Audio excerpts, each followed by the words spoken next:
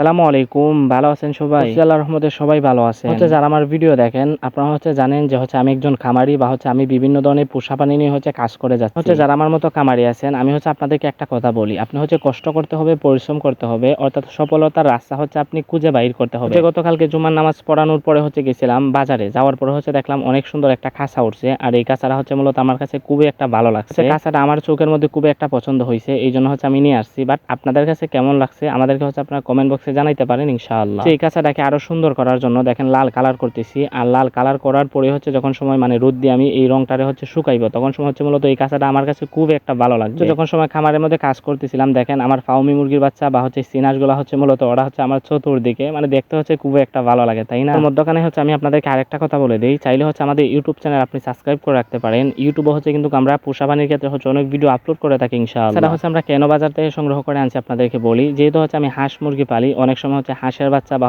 মুরগির বাচ্চাকে আমরা এই কাঁচার নিচে রাখতে পারবো। এই কাঁচাটা বাজার থেকে সংগ্রহ করছি 300 টাকা দিয়ে। আর একটা রং আনছি 90 টাকা, আর একটা ব্রাশ আনছি 20 টাকা। অর্থাৎ 410 টাকা আমার সর্বমোট খরচ গেছে। আর খরচ যায় তারপর কোনো বাধা নাই, কারণ আমি একজন শৌখিন মানুষ বা আল্লাহ তাআলা আমাকে খুবই একটা শখ দিছে। সেই জন্য আল্লাহ তাআলার কাছে আমি লাখ লাখ শুকরিয়া। দেখেন কাঁচাটা ধীরে ধীরে রং করে নিলাম আর খুবই একটা সুন্দর লাগতেছে। এখন আমরা চীনাহাঁসকে যে বাহিরে ছাড়ি, হ্যাঁ আমরা এই জায়গাটা ভালো করে পরিষ্কার করে নিব ইনশাআল্লাহ। আপনারা খামারি আছেন, খামারের ভিতর বলেন বা বাহির বলেন সবসময় পরিষ্কার করে রাখবেন। দেখতে একটা সুন্দর লাগবে বা আপনার কাজ করতে খুব একটা ভালো লাগবে।